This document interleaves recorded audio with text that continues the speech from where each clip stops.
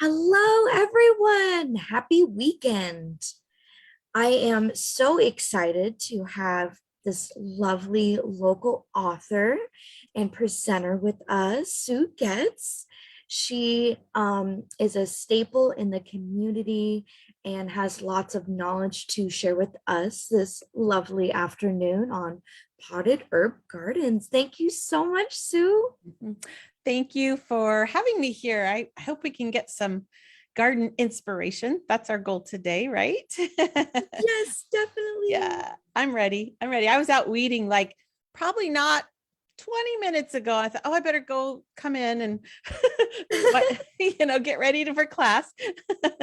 That's So, so great. So you so were inspiring. you were already getting down in the dirt right before Yep, class. this is, and it's going to be a lovely day to do that. Not too hot, not raining, not cold, but just about right. So, yeah.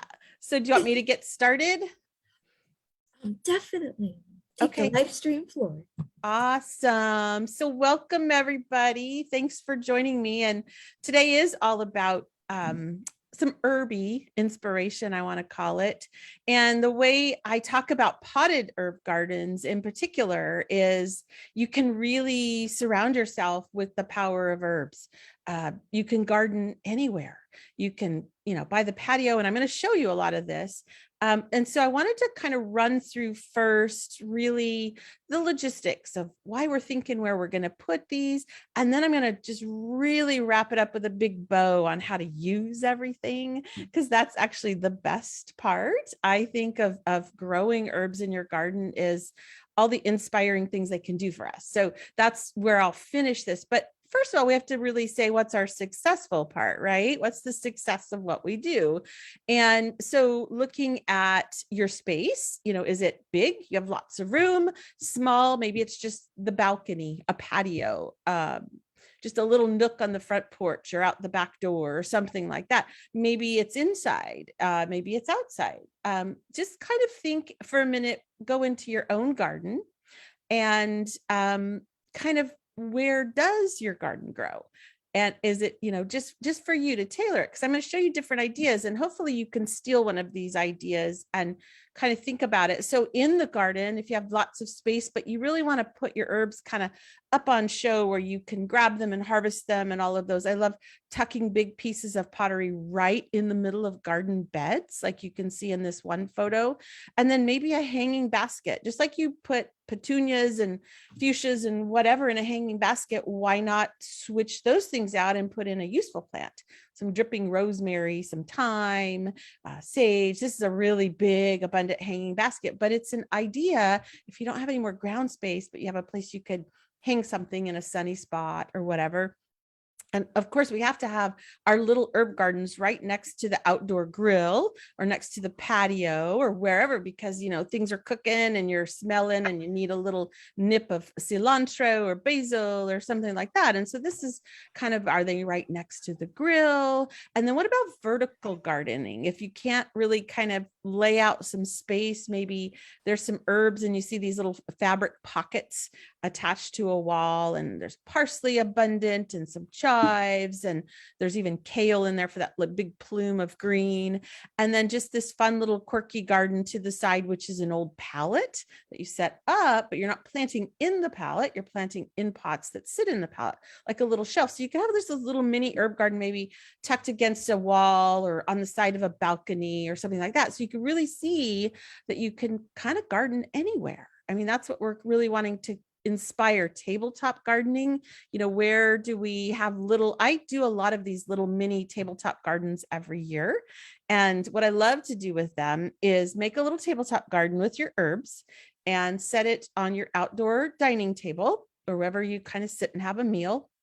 And then what you can do is, if you have guests over and you're having food, and set a little piece of scissors, or a pair of scissors next to this garden, and people can cut their own seasoning, right? They can snip their own fresh seasoning and sprinkle it on the salad or put it on top of the fresh roasted veggies or whatever. And so you kind of have this little living condiment section in your little tabletop garden, which is just really fun. So it's not going to last for season that after season because they're tiny, but they're just perfect for a little nip of something that you want to kind of set on to the table or whatever. And then outdoor window shelf, maybe instead of a window box, if you can't put like a heavy soil box against your house, this is just simply shelf brackets on the outside of the house under the window. This is a row. This used to be my home office. I don't have this office anymore, but this is scented geraniums. They're super aromatic and very much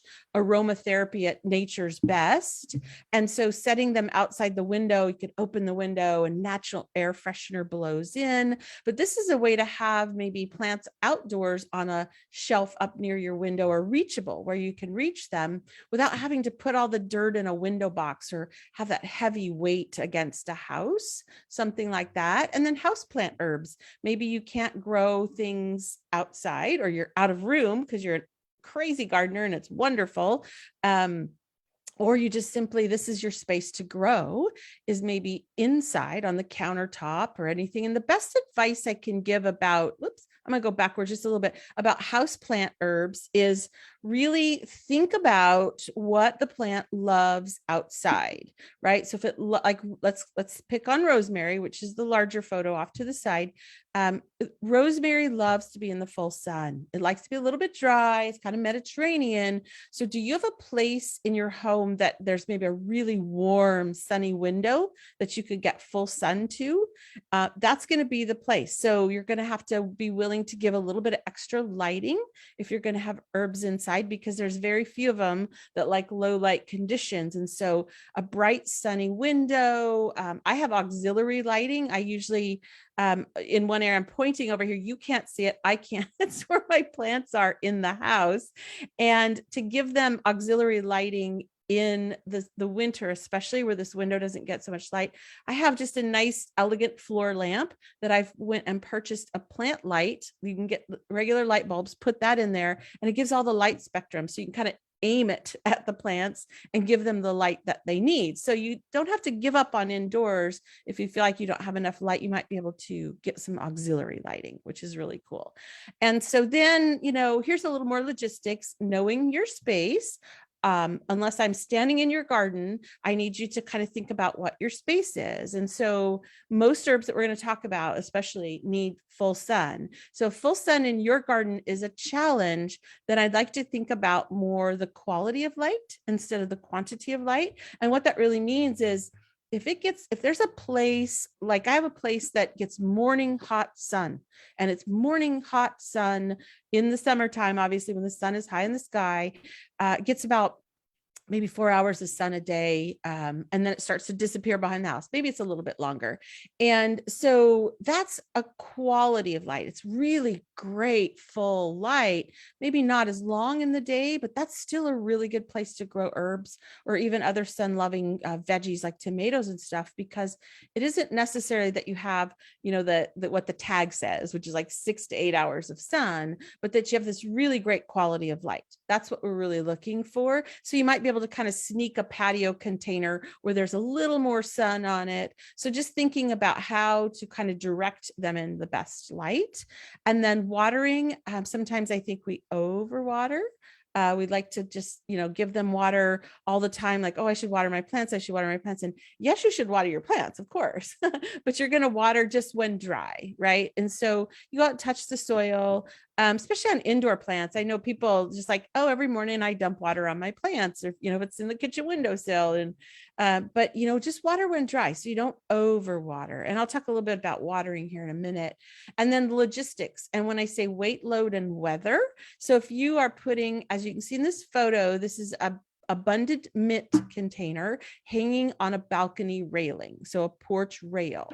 So when we talk about weight load, we want to make sure that rail is going to hold the load of the pot. And when you water, it gets really heavy when the plant gets bigger.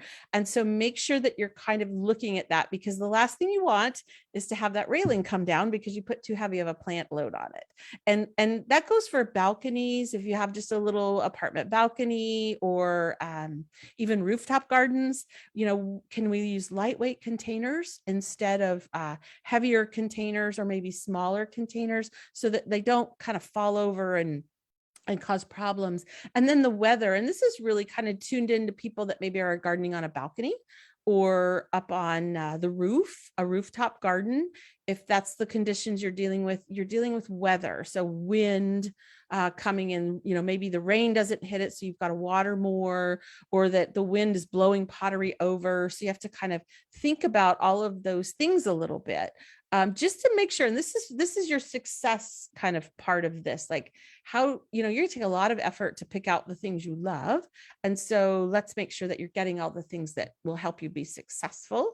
And so when we're planting, good quality potting soil is absolutely imperative. And just a little bit about potting soil is I like an organic potting soil, obviously, because what is in the soil is going in your herbs. And when you eat them, that's what you get in your body. So we want to make sure that everything's nice and organic so that you're not putting extra chemicals that you don't need into your body, because they're going into the plants that you're growing. And that's what we do in our veg gardens too.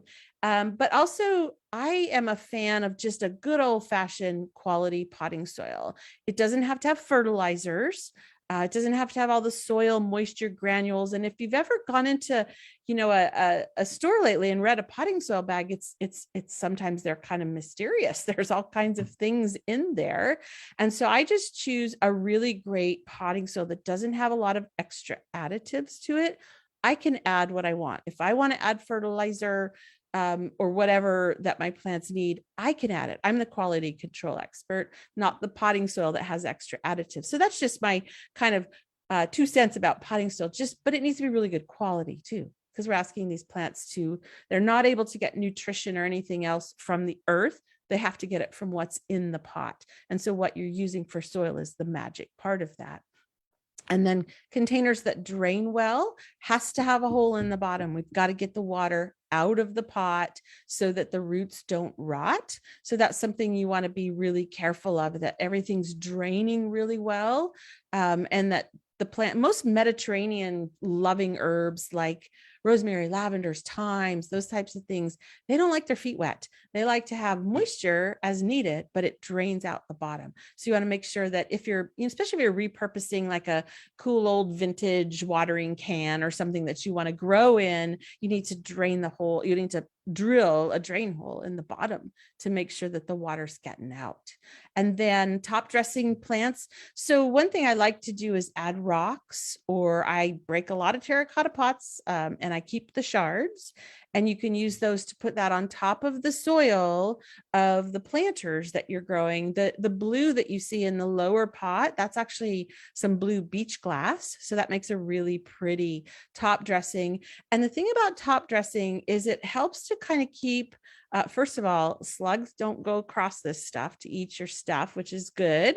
And then also it's pretty, but it also helps to control moisture a little bit. So there's not so much wetness against the base of the plant, which helps a lot of herbs do a little bit better. If you've ever had a rosemary or lavender look real brown at the base, there's too much moisture between it and the soil. And so this rock situation really helps. So top dressing is a really good tool for success. And then this is something that I want you to remember. So rocks on top, yes. Rocks on bottom, no. So in many years, we've been told, I remember doing this 20 years ago. Oh, put 2 inches of gravel in the bottom of the pot. That'll be great. It'll drain well. Well, that's not true.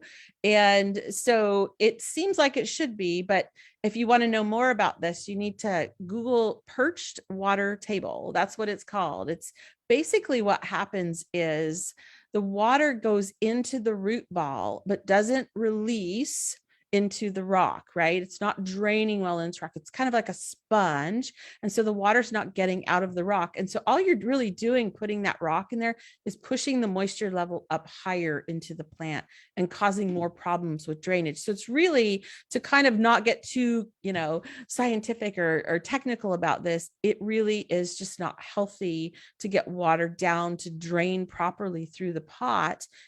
If you feel like you need something there so the water doesn't spill, or I'm sorry, not water, soil. So the soil doesn't come out the hole in the bottom. When you're planting, you're like, well, the soil will drift out. So then just put like a terracotta shard or piece of window screen or something like that, just to keep the hole open and available. But you don't need to put all of this stuff in the pot itself. We just want soil. So the roots can have all that soil and do a really good job in that.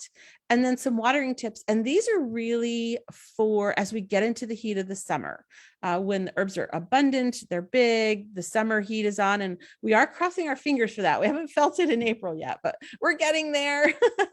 And so some tips on that. If you have ability to do drip irrigation, that's pretty handy so that you can keep things watered. Like if you're going on a trip and you can't be home to water and it's 90 degrees in July or something like that, drip irrigation is a handy tool.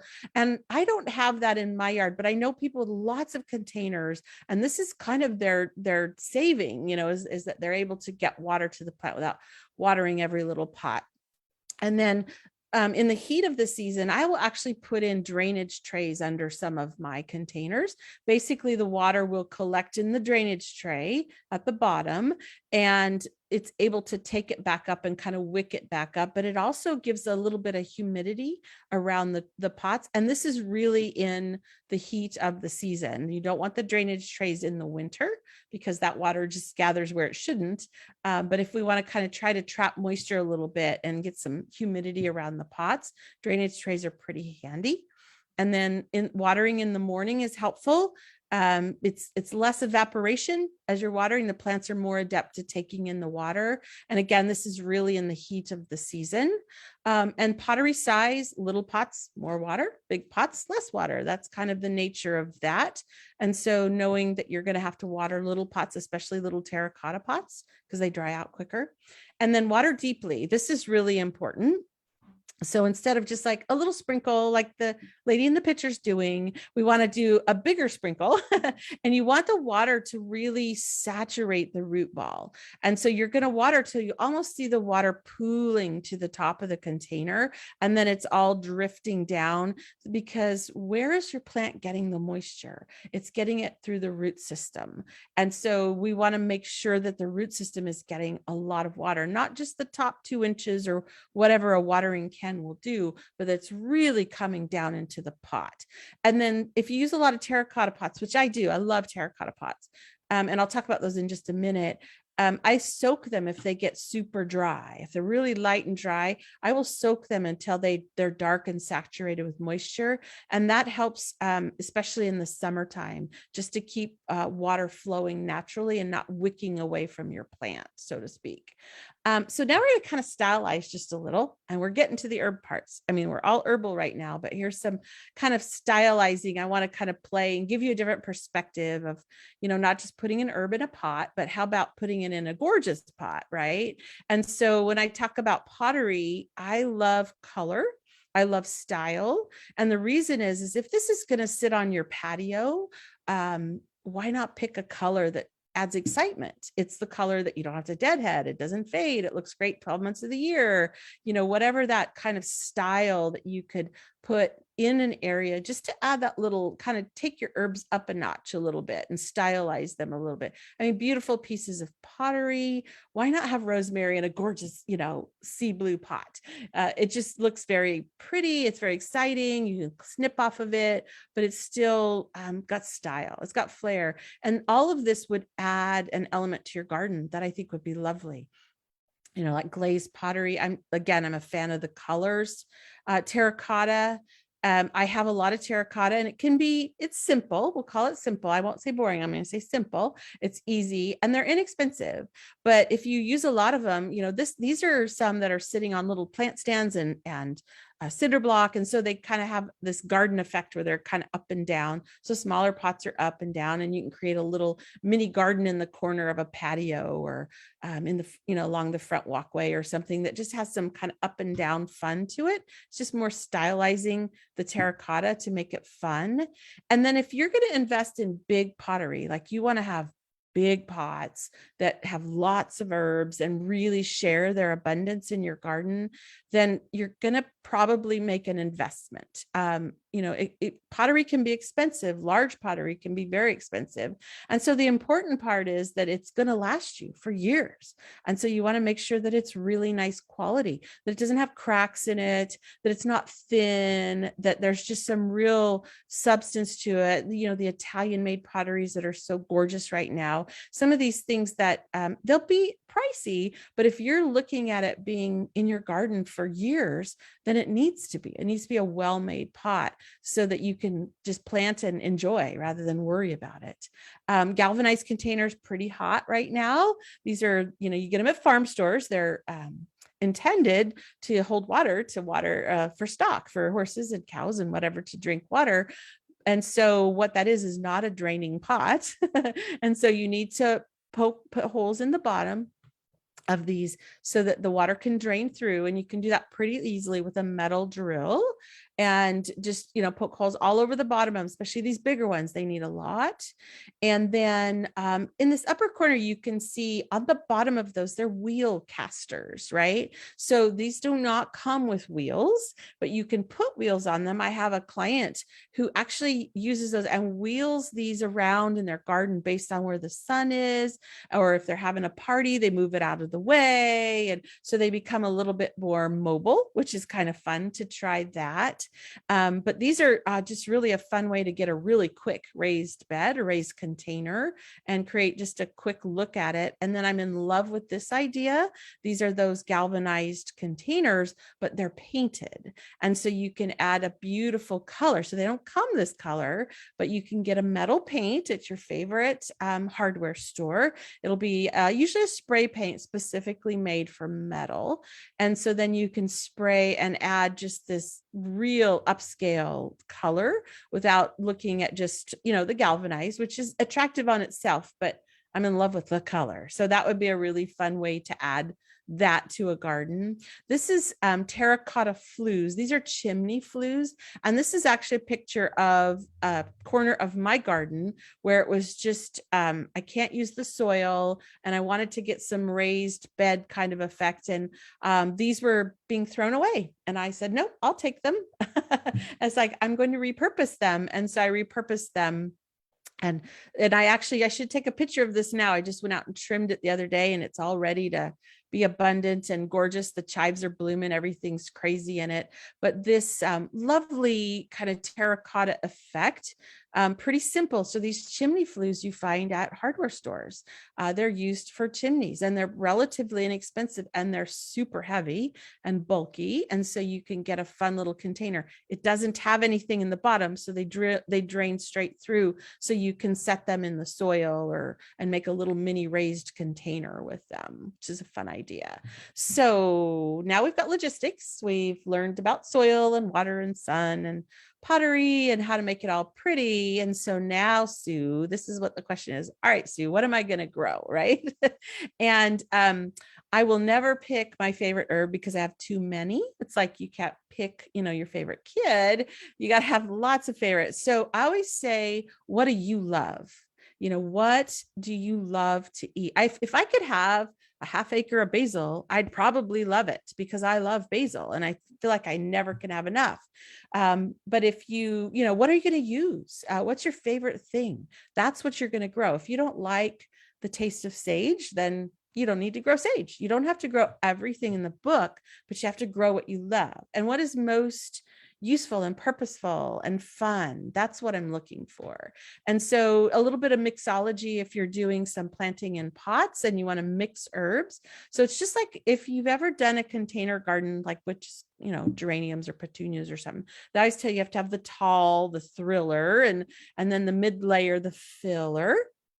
So what you're seeing, the tall one in here is actually Camellia sinensis, which is the tea plant, the actual one you can make green tea with. And then the mid layer is sweet woodruff, which is a lovely little tumbling herb that you can make tea with.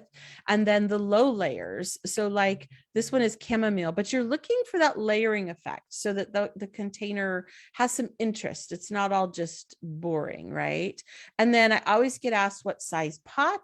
And so if you're going to have like 2 or 3 herbs in a pot mixed, then you're going to want to start with a good size. So 24-inch, you can go maybe 18, but a 24-inch by 24-inch, that will give you enough for like 3 herbs, especially herbs that get nice and abundant. And then if you're going to just put 1 herb in a pot, and you could just use one single one, like at least start with a 6-inch one. I'd go bigger because boy, 6-inch pots dry out really fast. But this just kind of helps you start to guess how many. And if you want, a lot of little ones, you make that garden. If you want one big one because that's all you have space for, but you want to grow sage and you want to grow this and you want to grow that, then you're going to need that 24-inch pot. And then when you're mixing plants in pots, I think this is where people get a little nervous. And I always just say, go for it, right? Because if it gets too big, guess what? You can get it out and go put it in the garden and, figure it out. But if you're still nervous, this is kind of a design tip. So get a piece of cardboard or a piece of foam board or something like that, poster board, and trace the top of your pot. So the diameter of the pot, you trace that and you'll have the size that you have. And then you can take that circle to the garden store and set it in the cart and go, okay, that will fit there. That will fit there. So rosemary, a thyme, whatever, and stand back and look at it. Do you like the combination? Is that fun? Was there some texture? Is it things that you love? And then you can kind of figure out how the planter will look before you even have to bring them home, because you have this little design template to help you play a little bit. So, and if you don't like something, go put it back on the shelf and get something else and kind of experiment and play. And in that experimental part, we want to look at color and texture. And I mean, not only everything in here is yummy or flavorful or healing, but I'm going to just show you some varieties I'm just loving the colors of, like this variegated beer garden sage, this green and creamy colored one. And that purple you see behind it is actually its bloom in the summer. It is just amazing and abundant, but look at the color of the leaf. I mean, that's exciting all in itself. And then of course the color of the golden sage. Look at that. It's just like a beautiful color. And so you can kind of have all these textures. Oh my, somebody is on, I think we have a security thing. There we go. And so the next one, variegated lemon thyme, silver posy thyme, foxley thyme, these wonderful textures and colors that you have. These are things that you can just really become abundant and put on to your containers and spill over. And so we're looking for color and texture, lavender Merlot, and then this lavender platinum blonde. That's a beautiful one as well. Just adding, again, textures, colors. What can your container draw for excitement in there? Basil. The color, this is one called amethyst. I do love this basil. This is just really exciting, and look at what it does to a container, right? It adds a real punch of color. You make vinegars with it. It adds wonderful flavors. Here's some other basils to look for. Purple ruffles, which is really a sweet one. Any of the Thai basils. Pesto perpetuo. These are just really wonderful flavors, but also what I'm really wanting to direct you for is like this color and this texture that you could add to your container plantings. That's what they'll do. And then looking at herbs that play nice, right? So taking out, so aggressive herbs like mint is really the one that everybody knows, oregano, lemon balm. So they're super aggressive. So they need to be in their own pot, right? They need to not be taking over. They're not going to be in a mixed pot. So if you want a mixed pot, make sure that the herbs like mint and lemon balm are in their own, because within a season, they will completely take out the container and it'll become just a huge mess. And so you have to be a little bit careful with that. And now we'll get on to some useful parts of plants. So what can an herb do for you today, right? So that's, it's very, you can have aromatherapy, healing, tea, nurturing, skincare, homekeeping. So I'm going to touch on some theme gardens that you could pick and kind of decide maybe what direction you want to take. And I'm going to say, as we go through some of these, you're going to know almost all of these herbs. If you're familiar with herbs at all, you're going to recognize each and every one of these. What I want you to hopefully discover is that you'll discover something new about an herb that you didn't know could do that for you, or that you could use it for this purpose. or something like that. So that's kind of what we'll talk about, is just, what is herbs that something new and exciting about it. Something you learned is like knowing an old friend and learning something new about them, right? So we can pick a theme, and you can see there's a lot, because really, truly, and I'll go back to this list really quickly, is think about another plant category that can do all of this for you. There isn't one. There isn't a plant category beyond the herbs that you could say does these multiple things for you. And that, I think, is why we love them so much. So here's, so we're starting into some themes. So this is a smoothie garden. So if you're making smoothies, if you've not tried fresh herbs in your smoothie gardens, or in your smoothies, not gardens, you're going to grow, these add just another element of flavor. So here's some really great combinations. So like strawberry and mint is a wonderful smoothie. Peach and parsley, who knew, right? Parsley just adds this wonderful green kind of nutritional element. Lemon balm and ginger, raspberry rosemary, blackberry basil. If you get on my blog, herbloversgarden.com, you'll find a bunch of recipes for smoothies, but also how to plant up this garden and what this garden has. And there's rosemary, there's lavender, there's sage, there's parsley, but there's also, if you've kind of explored a garden store lately for fruits, the industry is really stepping up, saying we need fruits that are smaller growing. So if we have container gardens, we can actually have our little mini orchard or little mini fruits. And so here's some really great fruiting plants for containers. So there's apple, golden sentinel, scarlet sentinel, and so they grow straight up and down like a flagpole, and they produce apples, and you don't need to have a pollinizer, which is amazing. I have 2 of them in a container. I've had them for years, and they're just sweet little producers. So you could actually have apples in a container. And then blackberry baby cakes. Some of these are some brand names that are really on the market right now. Sunshine Blue, one of my favorite little tiny blueberries. And that's the blueberry in the photo. The larger plant in the middle there is actually Sunshine Blue. And then patio peaches. So there's little peach trees, which I experimented with last year. I grew Bonfire, and it's really adorable little plant. I have to say, it's in a container, and I actually got peaches last year. I got like 3, which is enough for a smoothie, not to make a pie, but pretty close, right? And then strawberries, raspberries, raspberry shortcake. So any of these can be put in containers so that you can have these wonderful kind of smoothie combinations. So you have the fruit, and then you add these wonderful little hits of herbal flavor, and then you've got a really nice direction that you could go to add a little bit of elements that you have in your smoothies for flavor. So pollinator gardens, we're hearing a lot about pollinators. It really is how we support them in our gardens. And so why not put pollinator plants in a container? So these are some of my favorite pollinator plants. If you were to, do a search for pollinator plants, almost at the top of every list are a bunch of herbs, because they're abundant. They're aromatic, they have a lot of nectar. There's all the things that really support pollinators in your garden. And so echinacea, of course, the coneflowers, catmint. You can see some of the varieties that are showing in this container. This is an old wheelbarrow that I have in my garden. And so think about a pollinator garden in a container. If you want to attract pollinators to a certain part of your yard, like maybe near the vegetable garden or something, maybe it's a container garden that you can kind of position in an area where you can say, here's the party right here for all the pollinators to come to. So you can create this garden effect.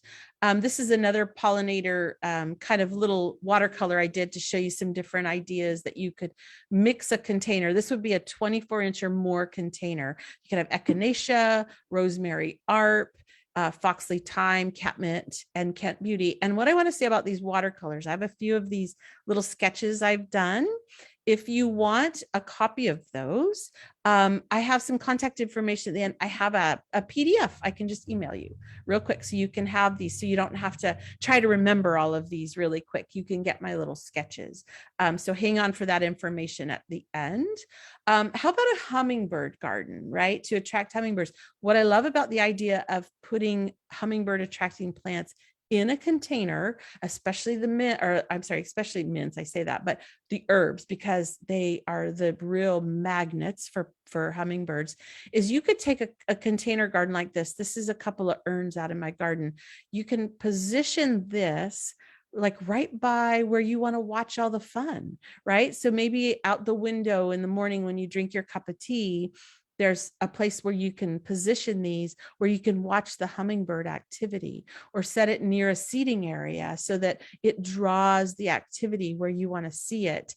And so these are some of the herbs that you can place in, highly attractive to hummingbirds: the hyssop, the bee balm, things like that. So you can really bring that attraction where you want it.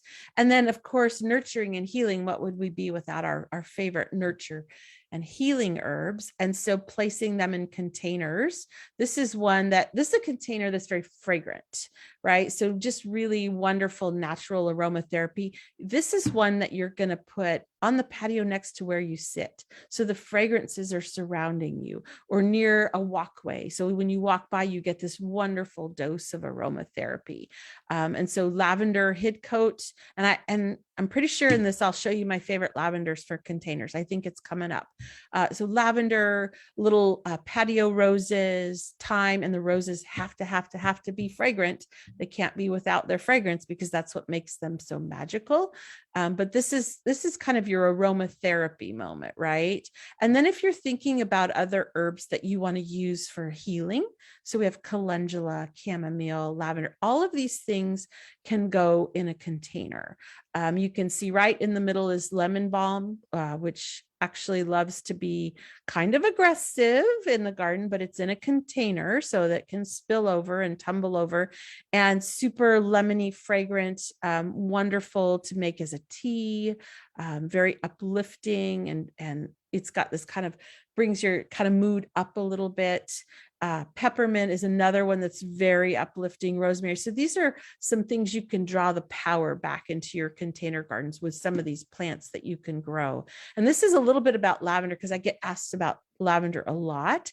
And so if you're going to have lavender in containers, this is a little mini list that is the best ones: Hidcote, Little Lottie, Munstead, Thumbelina Lee, Blue Cushion, and Goodwin Creek. One of the most common, or there's two actually, that you'll find it very easily in your favorite garden store, is Hidcote and Munstead. So those are classic English lavenders. This really vibrant purple plant along the side of this part of this slide is actually Hidcote in full bloom. And so Hidcote, this is, the lavender properties we just hear so much about. It's very stimulating, but also calming at the same time. It just depends on how you use it. So if you want it like in soap and skincare, it's very much a cleanser and healing. But if you use it to drink for tea or into like a salve or something like that, and this is just the flower buds, then it becomes very calming and very soothing to skin. So it just kind of does it all. Lavender does everything.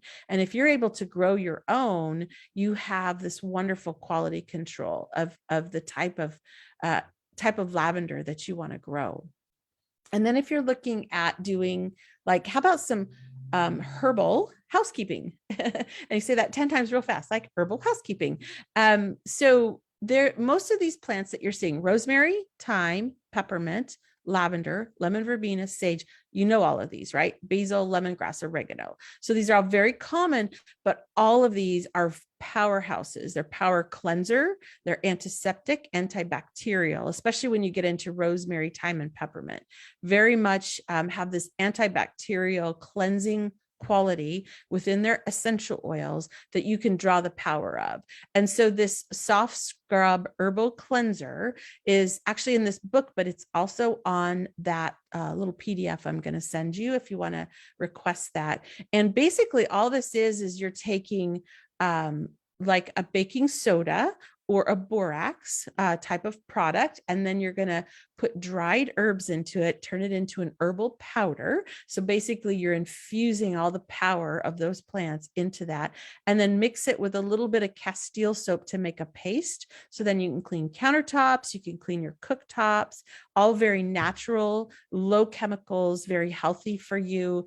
And again, you get to be quality control expert, which I love. When you grow your own things, you knew that you grew it organically, the the ingredients that you're using are healthy for your home, especially if you have sensitivities within your home. It's very this is a way to start drawing the power, is you basically are infusing those. And you could make even an infused white vinegar countertop spray, infuse rosemary and thyme into a vinegar, put it in a spray bottle, wipe down your countertops. You're drawing the power of those plants into an antiseptic type of mix that is very much better for your environment.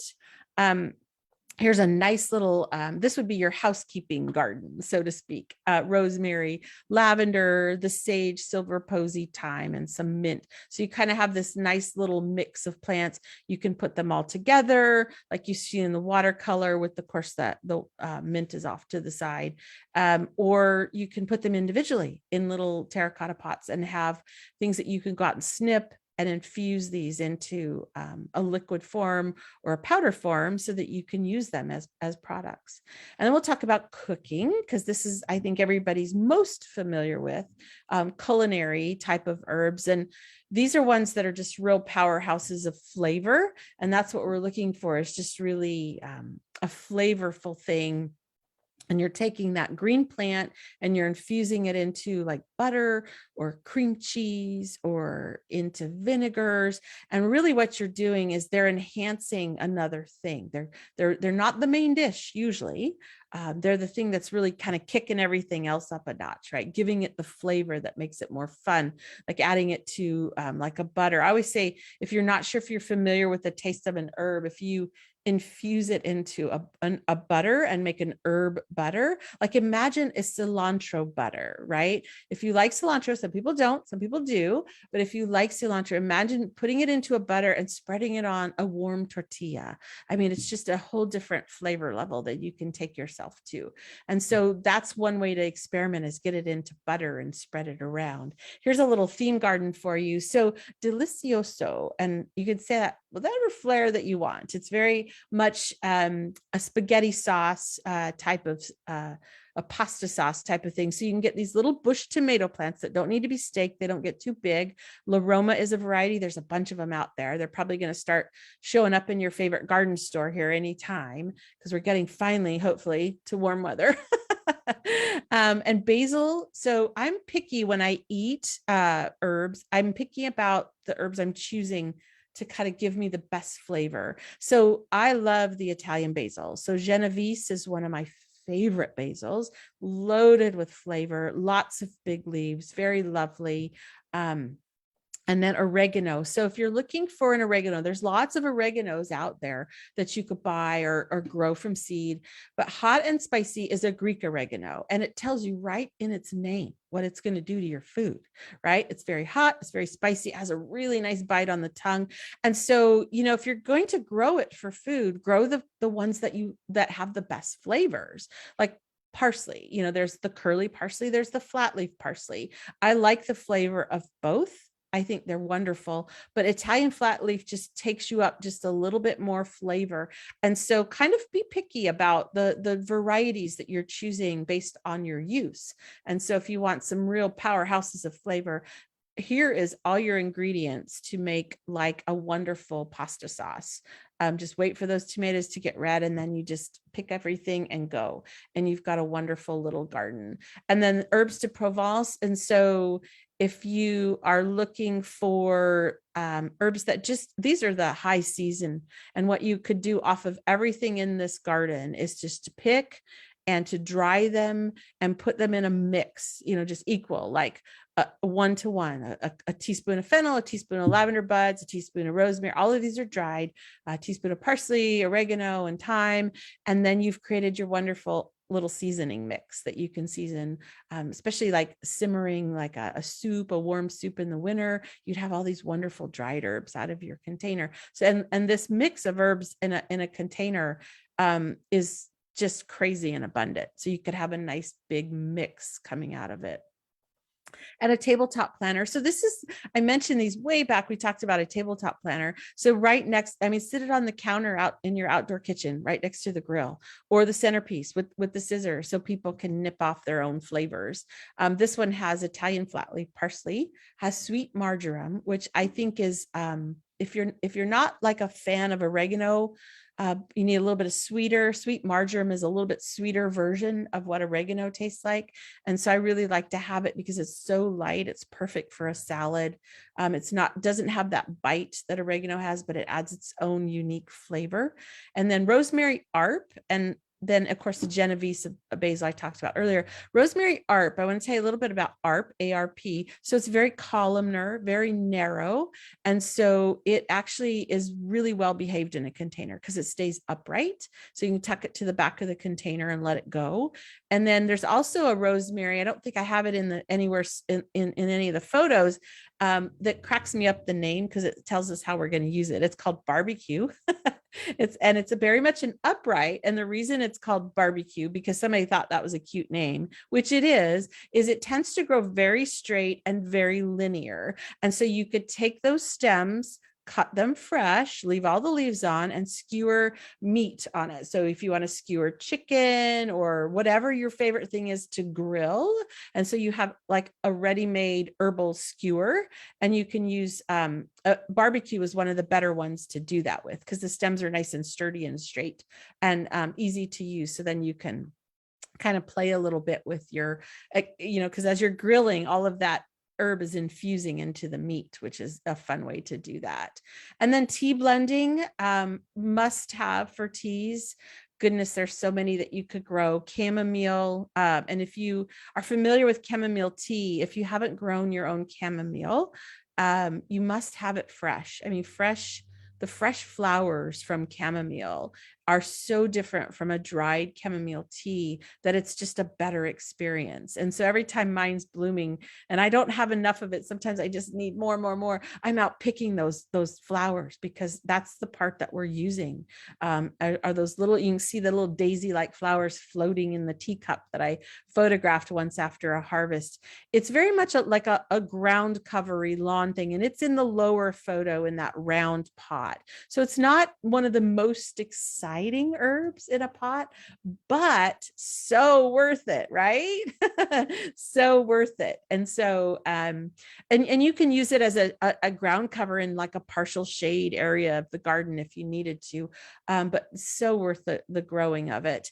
And then of course, roses, lemon verbena, peppermint, stevia, growing your own sweet leaf herb. Stevia is really not very hardy in our climate, but you can grow it as an annual and harvest the daylights out of it in the fall before we go to a freeze, and then dry it. And you have that wonderful sweetness that you could add to your tea mixes. Camellia sinensis, sweet woodruff, and lemon balm.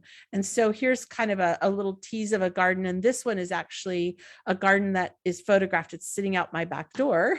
And the camellia is just putting out some flowers right now. So Camellia sinensis specifically is the one that you're looking for. Not all camellias are tea plants, but Camellia sinensis is actually the plant that you harvest so you can make your own green tea. That's usually the level I get to. Beyond that, the fermentation and everything else that gets you to a darker tea is just not something I do, but to have a nice, fresh green tea is just wonderful off of Camellia sinensis. And then chamomile, you can see kind of tucking down in the lower pot, the sweet woodruff. And these are all wonderful harvested fresh, but I think even better is harvesting them to dry and drying them and making your own mixes so that you can have all the glory of your summer garden in the middle of winter, right? When things are, when you kind of need a little taste of mint and you don't necessarily have it in the garden. And so, in fact, I was going to bump back to, you could see the dried mixes in these photos here. And what I do, you can buy little tea bags that are empty and fill them. But also this is just simple squares of cheesecloth that you put your mix in, and you could just like take a handful of this, a handful of that, a handful of this, put it in, wrap it up, and tie it with baker's string, and then that's your tea bag. And that's how simple this could be to make your own tea mixes. Super easy. I always say I don't want all this to be hard. I don't have time for this to be complicated. I just want to go out and pick plants and have fun. And so, kind of to wrap this up, these are the things I want you to remember. So, depending on how you're growing, what your space is, if you only have room for one pot, but you want to grow multiple herbs, you're going to buy a bigger pot. If you have lots of room for little pots, whatever it is, make sure that you're buying the right size, because they'll outgrow them really quickly, and you have to be kind of careful. And then designing, matching, stylizing. I showed you the colors, the shapes, the fun things that you could do that just add a design element to your garden. Making the templates, we saw the little, so you can experiment and play. And if you don't make a template, I still say experiment. It's totally worth it. If something outgrows a pot, then you're going to cut it out and you're going to divide it and you're going to put it in another pot. It's pretty straightforward. There isn't anything that can really go too wrong in all of this. Starting with good soil and drainage. I always say that's so important. We don't want to drown these poor things. We just want them to get the moisture that they need and then wick it away from the pot. Water when dry, and then sunshine. I talked about, finding the quality of light that best suits where you could actually move the pot. Most of the things I talked about will not do well in the shade. Sweet woodruff, chamomile, and mints are kind of the only cheaters that you could probably put in partial shade. So you're going to need to look for some sun, things like that. So to kind of wrap this up, and we can have some time for Q&A, chatting, whatever. This is how you find me. Herb Lovers Garden is my blog. Lots of recipes, ideas, stuff I'm doing out in my garden. I haven't updated for a little bit. I actually threw something on there the other day, but there's still a ton of recipes. And so, like my favorite roses to grow in containers, all of those things. And then if you have a question or you want that PDF, you could write to either that one or to suegetz.com, contact me, and I'll send you those little watercolor drawings and a few recipes on a handout that you can share and explore and experiment and do everything else that you want to do in your garden, for sure. So have we got any kind of conversation we want to have here? Any questions, folks, while we have the gardening expert with us? Feel free to enter in the chat box or unmute yourselves. Yeah, I was just seeing if there's any questions on pots or go ahead. I have a question. When you say good soil, what kind of soil would you grow in these herb gardens? So good soil just really means if you're going to go to like a garden store or somewhere to buy a bagged soil, what I'm looking for is a good quality. And there's a lot of different brand names out there, but an organic potting soil that doesn't have fertilizers and water soluble granules, all of those kinds of things. So it's really the quality of the potting soil. Just means it's been mixed well by a reputable company. Is that helping to answer your questions? There's a few brand names out there, but it's really looking for an organic potting soil without a lot of stuff in it. I'll just put it that way, stuff. Okay. Well, because there's some soils that say like for container growing, some are for vegetable gardens and different things. So I was just wondering which kind is best. Yeah, that's a great question. And they are kind of starting to label them, just like you're saying, like, and so you do want to look for potting soil. To me, it's like potting soil is potting soil, right? But you might see on the label where they'll say,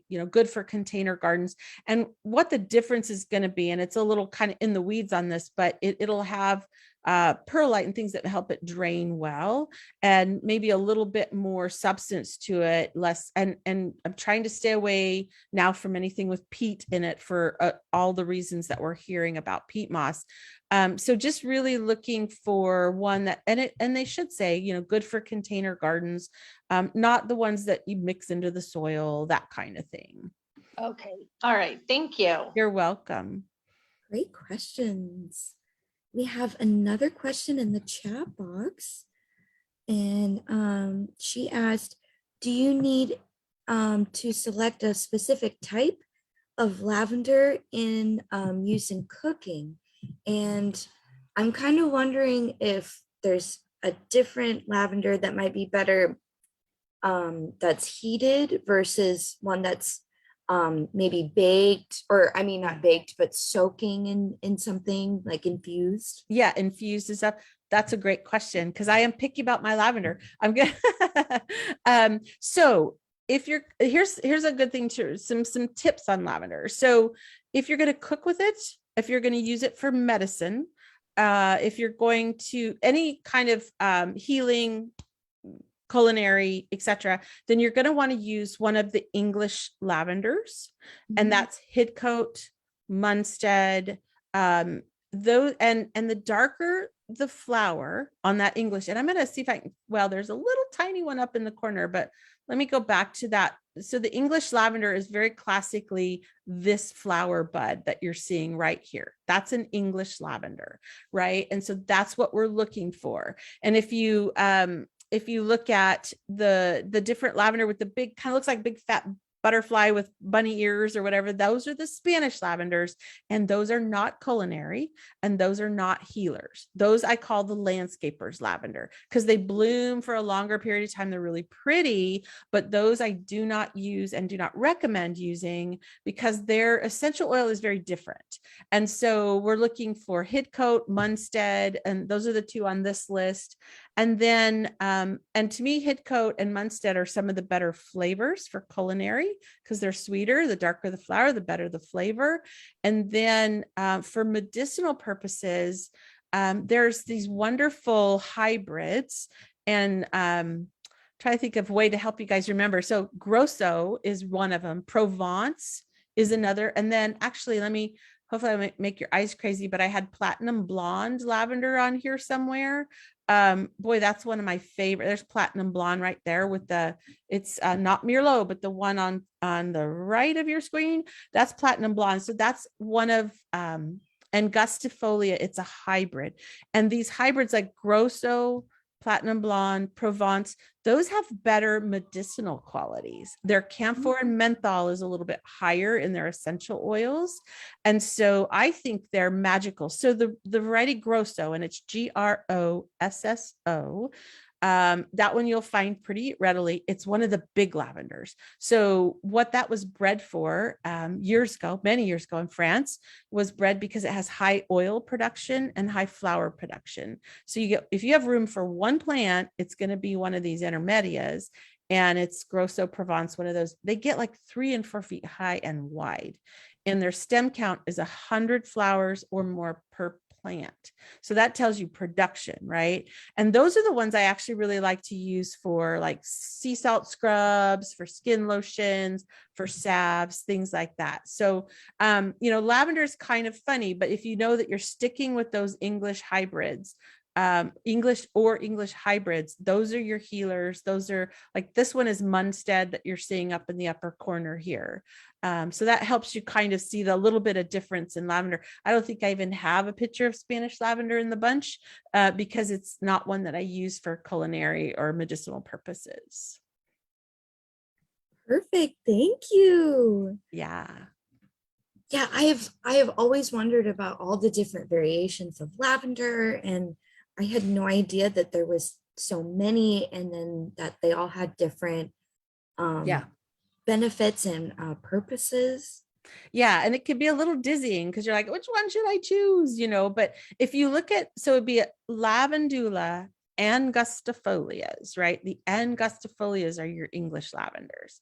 And so that kind of helps you cut to that chase, right? And then the intermedias, which are the hybrids, Grosso, Provence, there's some other. Phenomenal is a new one on the market that is exactly that. It's phenomenal. That's one to remember. I have that. I just planted it. Oh, it's been 3 years along a walkway to the front door of my house. And it is aromatherapy in the middle of summer.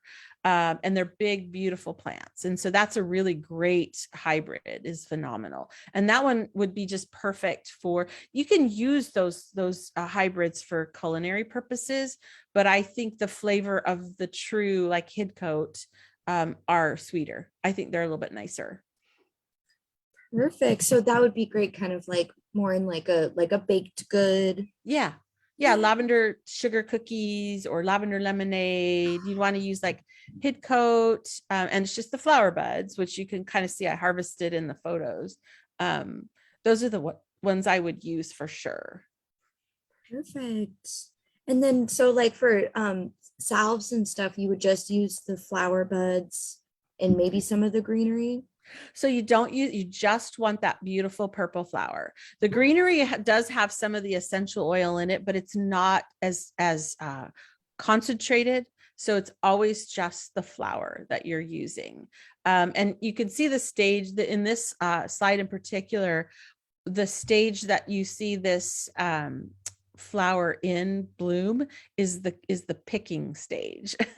That's when you pick it, and then you can hang it to dry, and then you'll have all these little buds that you can save to use in like the sea salt mix. This is sea salt, lavender, and coconut oil, and basically you're going to use a coarse grind sea salt, mix it in with some coconut oil till it gets pasty, and then you put these lavender buds in that, make that mix, and you have this wonderful skincare mix that kind of helps to get the grump and the grime and dry skin, and really great for hands that have been gardening all day and need to get the dirt and the dry, and condition them with some coconut oil. But what's happening is that lavender, the magic of lavender, that healing, wonderful quality of lavender is infusing into that coconut oil, right? And that's what we're talking about. Like we make tea, we infuse the plant into water. We put the coconut oil and the lavender together, crush it just a little bit, it releases. And so you're drawing the power of the essential oils into that form so that you can spread it and, put it on your skin, whatever. Love it. Thank you so much, Sue. Yeah. Oh, we had another question in the chat box. And you had a really good visual for this. Can you mix herbs and tomatoes in the same pot? Yeah. So I had the delicioso. So yes. And the thing about mixing containers, just as even a general rule, is all the plants need to like the same conditions you're putting them in, right? The same amount of water, the same amount of sun. And, tomatoes and basil are just like their kin practically in the garden. I mean, not scientifically, but because they both love warm weather, right? And they love to be kind of regularly watered, but not overwatered. And so yes, tomatoes, basil, this is the kind of that mix that I had. The thing about tomatoes is they can get big. And so you're either looking for the little patio tomatoes, which there's a bunch of them out there right now, or get a big pot so you can put a big tomato cage in it, and then you can have all the others kind of tucking around it a little bit. So yeah, as long as any herb you mix with another plant, another herb, a veg or whatever, a veggie is just as long as they like the same conditions and what you're giving that pot for water, then they're good to go. Perfect. Thank you. I've seen a lot of tomato plants, like people repurposing old tires. Mm-hmm. Yeah. I'll say something about that. I'm a bit challenged by that, and I'll tell you why. Anytime that you are growing food, tomatoes, herbs, whatever, in something contained, a tire, a pot, an old vintage watering can. So whatever is the makeup of that pot is, if there's any kind of chemical, if there's any kind of something that you don't know that could leach into the soil, then that means it's leaching into your plants. And so with tires, in the manufacturing and stuff, there's stuff coming out of that rubber. And I have questions about that. I don't think I've found a study that says, this comes out of the rubber of the tire that you're going to put into your food. But usually used tires, they've been subjected to a lot of grease and a lot of other things embedded into their rubber. And so I have a challenge with maybe using those, because it's almost like do you know where it's been? Do you know where, like, what's in that thing? And it's kind of the same, there was a big trend, a little bit of planting pallets, right? You put pallets on the ground. Remember that trend? And I'm hoping we're stopping that, because again, do you know where that pallet's been? You don't know in shipping what it was exposed to. And it's kind of the same on the tires, because rubber is still have some sense of porosity. And so it can take, it's just like your plastic containers that you put spaghetti sauce in. It seems like you can never get the smell out of it, right? Even after you wash the container, plastic is absorbing. Rubber has a little bit of a tendency to do that as well. And so are we sure that that's not getting back out into the soil? That's just really kind of what I think about it. That's I'd say go find a cool pot and not use a tire, but I mean, I understand repurposing. I definitely do, but I don't know if tires would be my first choice. Thank you so much. I've always wondered about that and kind of had those same thoughts. And Yeah. yeah, there's nothing better than just starting fresh, but like those really nice galvanized containers, that there is ways to repurpose, but repurpose smart. Yeah.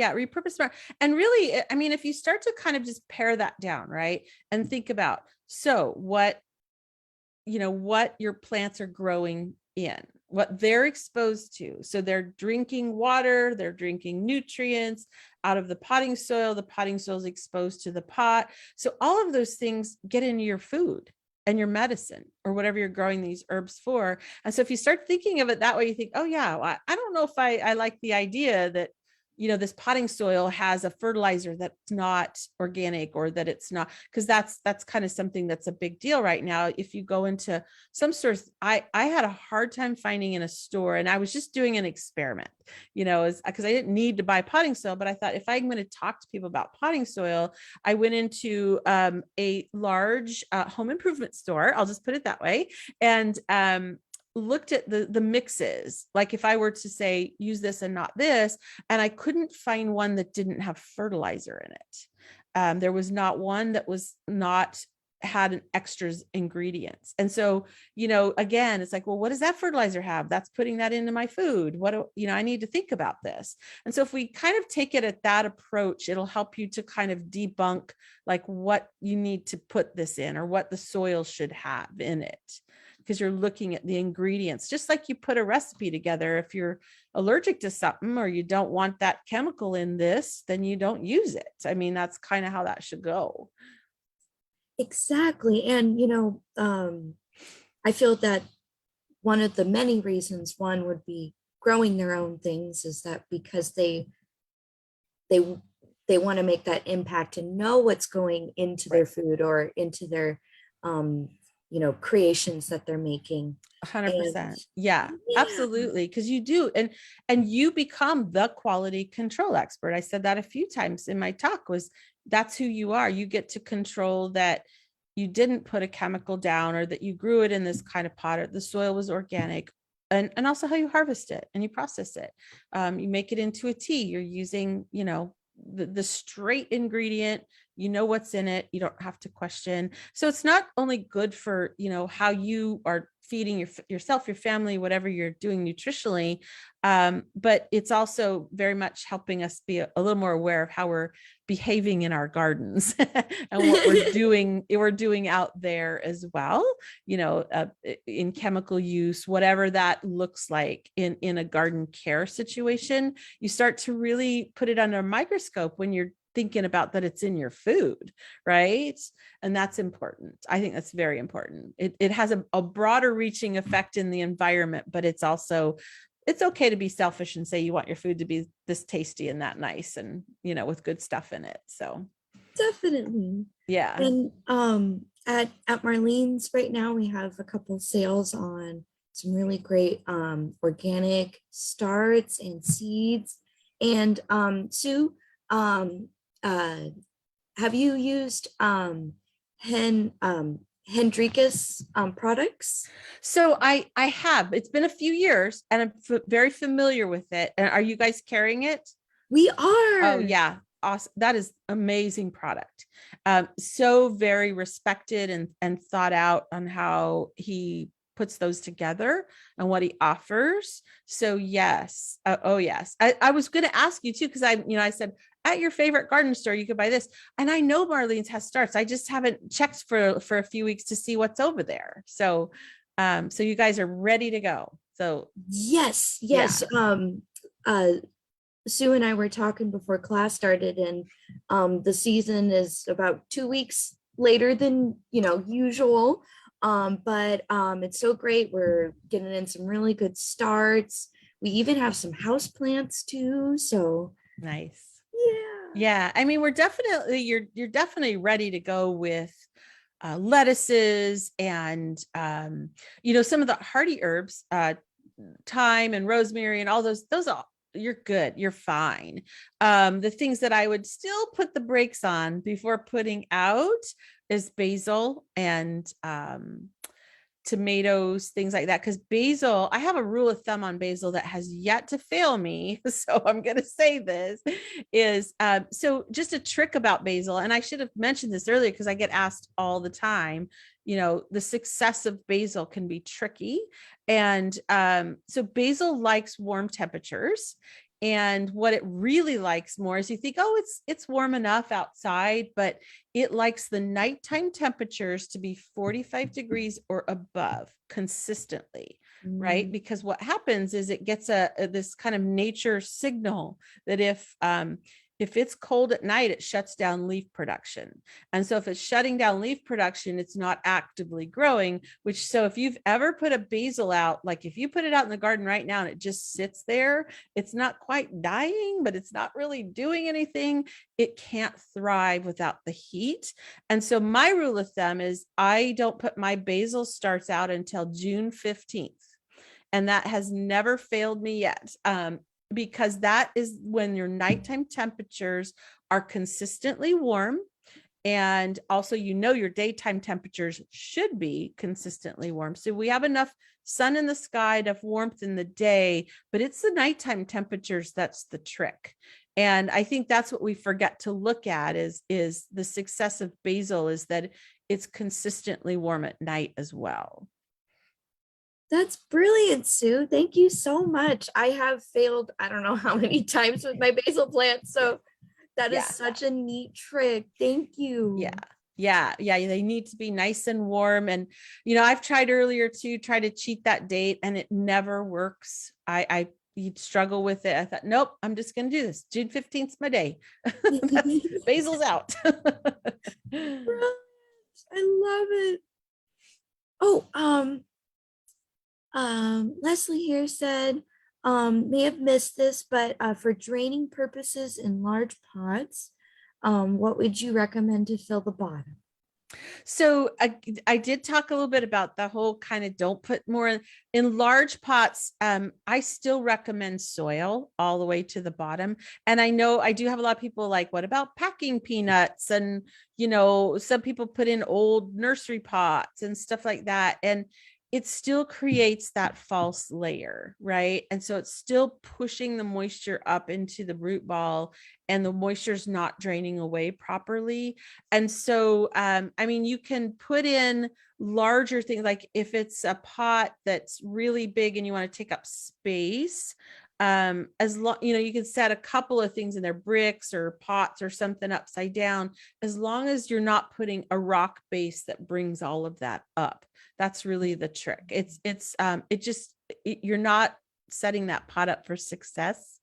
And so if you're going to need to fill airspace, so you don't have to use 10 bags of potting soil or whatever, you can use, sometimes I'll take a black nursery pot and turn it upside down in the bottom, just kind of, as long as it's not covering the hole and dirt can sift all around it.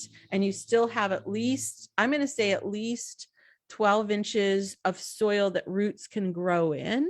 If your pot is 18 inches and you want to just kind of fill in a little bit in the bottom, that's okay. Just don't use gravel and don't use for drainage. Perfect. Thank you. Yeah. And For those of you who are just joining us, maybe on Facebook Live or here in the meeting, we are streaming this live to Facebook on our Federal Way Facebook page. So you can rewatch and share this information with your friends. Oh, and Patricia had a question. When's a good time to put out tomatoes? Tomatoes, usually a good rule of thumb is Memorial Day. I mean, a lot of times we just, instead of remembering what day was that, if we remember an event, right? And I again kind of follow the same track as my basil. I usually put my tomatoes out when I put my basil out, which is the middle of June. But you're pretty safe. Barring no weird weather events, you're pretty darn safe on Memorial Day. And that's usually in our area, that has been a really good rule of thumb to follow, and it works. Perfect. Oh, I'm excited to put a little tomato, a delicioso blend together. Yeah, make a little theme garden. I was going to find that one again in case somebody missed. Oh, there it is. Yeah, real simple, but all of those things you would use to season your sauce, right? It's kind of all you need. It's perfect. And then you could even make a like a herbed butter for garlic bread. Yeah. A little bit of basil, a little touch of garlic, and a butter. And then that goes on your nice crusty French bread when you're serving your pasta. Yeah. It's like, is it lunchtime? Are we getting hungry here? Oh, that's wonderful. Any other questions or ideas or thoughts? Any questions, folks? Well, we have the expert here. And I'm going to post again your links here in the chat box. And then I'm also going to check Facebook Live, see if we have any questions. All right. Okay, no, we're good there.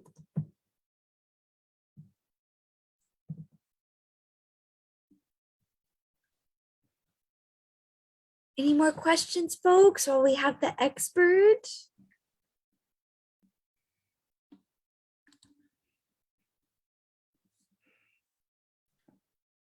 All right. Well, I think we have lots of information. Now we all have so much information. We can just go garden, right? Exactly. I'm going to go weed today. I know I'm doing that. No, well, thank you so much, Sue, for seeding our creative gardens, and they're just going to be blooming later this spring. Oh, Leslie said, I love the photos in the backdrop, Sue. Where'd you get those from? So which I have lots of photos. Is that in your background? Oh, like this right here? Yeah, in your office. Oh my gosh, I don't. Oh, that's funny. They're canvas too, which is really cool. They're on like a canvas. I'm gonna say I don't remember. I've had them for years. Probably a cool shop somewhere in Tacoma. Oh, yay! Yeah, it's like I forgot. That's why it's like, oh, those backdrops. Yeah, they're really fun. In fact, you can almost see there's 3 of them sitting here, which there. Oh, that's perfect. Very botanical, but I don't know that they're even available anymore. I can't remember where they came from. Oh, so they're one of a kind. Yeah. Well, for just now. Like you. Yeah. Yeah. Oh, well, thank you everyone so much. We appreciate you, and get out in the gardens this Earth Day weekend, and thank you so much, Sue. We really appreciate you and all that you do. You're very welcome. Thanks everybody, and have a great time in the garden this summer. Yay. Thank you.